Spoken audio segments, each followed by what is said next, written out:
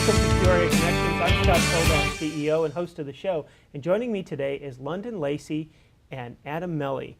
Adam is with the Maricopa County Parks and Rec Department, and London is the president of the board of the Friends of the Desert Outdoor Center. And that's really what we're going to talk about today. Let's start with you, Adam. Could you tell us a little bit about the Desert Outdoor Center and kind of what opportunities there are there? We are an environmental education center, and every year we serve approximately 20,000 youth who visit the center on field trips. We have over 30 environmental education programs. We're full of Arizona academic standards, and 4 professional rangers are on staff with a background college degree in this, related to this field of work. Okay, and so you provide the experiences that children have when they come up on their school trips and other groups? Yes, they drive in on buses, and we put on 50-minute programs. They're divided into groups of approximately 30, and we teach science-based programs, social studies-based programs. For example, some of our most popular programs are one titled In Cold Blood, which gets into the cold-blooded creatures. They walk through they walk through our animal exhibit hall. Really good hands-on class is called Aquatic Life. They study micro and macro invertebrates through microscopes, and students really love that because they kind of learn on their own. They're scientists for the hour. They get into that field of work. So you must have classrooms and equipment and all the tools you need to teach those courses. It's the main building is approximately, it's quite large. It's 4 classrooms. Okay. It's an animal exhibit hall. It's a large multi-purpose room. We've got kitchen there. We also have 2 side dormitories, which groups can either spend the day there, half day, full day, or even overnight. So quite a bit of options. How many can you accommodate overnight? We can have up to 150 people at a time. Wow. And it's not uncommon. And it's right on Lake Pleasant. Yes, one of the greatest advantages of the center is the view. The overlook from the center, and you're kind of in the middle of nature, surrounded by life, not only wildlife, but plant life, the lake. It's beautiful scenery. We see javelina out there, we'll see deer out there, burros are a pretty common sight, lots of squirrels.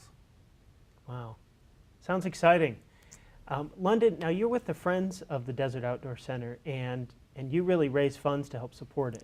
Correct. We raise money so that the rangers like Adam have supplies and materials for the programs that they offer for the students. So for instance, recently we were able to provide some fossils for a class called Dinosaur Dig, so that students actually go outside in a pit that was dug in the sand, and they use archaeological tools to dig away and look for fossils.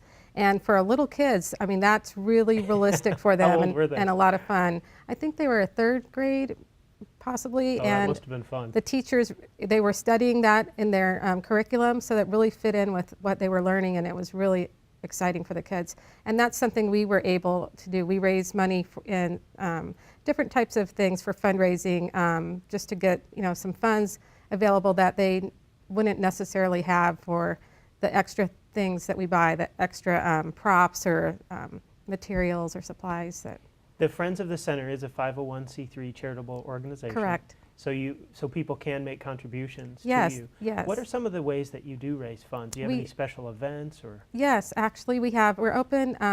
We help at the Desert Outdoor Center 2 times a year with a stargazing event where people from the public can come out at $6 per vehicle. You can have 10 people in your vehicle, just one price to get in.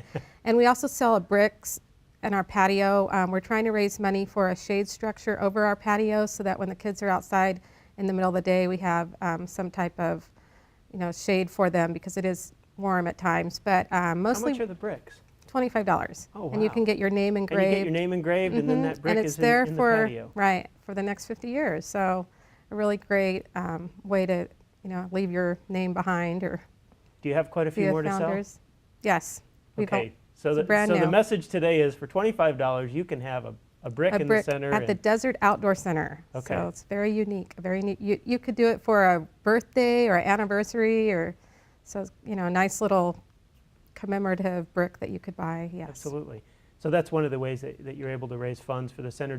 Correct. Are your funds specifically targeted to a new project, or do you just raise kind of in a general sense to support the overall Pretty much in a operations? general sense. We're Okay. looking for new members. We always want new members in the Friends group because we have a lot of fun activities that we do during the year. And we want to make sure that we open up the center to volunteers as well. There's 2 gardens up there. There's an ethnobotany garden, which is the plants raised for medicine, plant fiber, the things that the Native Americans would have raised. And then there's also a butterfly garden. So there's a really good chance for people that are up there to see the butterflies. So those gardens always need help, maintenance, that type of thing. So we can always use volunteers or even new members for the Friends group. So. And if you could tell me briefly, how did the center come into existence? Well, the center dates back to quite a long time ago, but back in 1998, in partnership with the BLM, Bureau of Land Management, Okay. the center reopened. So we've been out there quite a few years.